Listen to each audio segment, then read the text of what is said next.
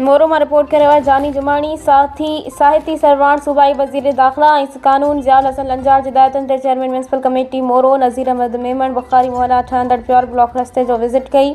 उन मौके ते चेयरमैन नज़ीर अहमद मेमण सहाफ़ियुनि सां ॻाल्हाईंदे चयो त असांजी क़ाइद मोहतरम ज़ियाउल हसन लंजार जी कोशिशुनि सां मोरे में गली गली ऐं रस्ता प्योर ब्लॉक थियनि पिया, जॾहिं त 20 साल अॻु मोरे जी गलियुनि रस्तनि जी हालत तमामु ख़राबु हूंदी हुई। कॾहिं बि तरक़ियाती कम न थिया हुआ, पर असांजे क़ाइद ज़ियाउल हसन लंजार जी महिनत सां मोरे में तमामु घणा कम थिया आहिनि ऐं प्योर ब्लॉक रस्ता ठहिया आहिनि। ऐं क़ाइद जी हुकुम में त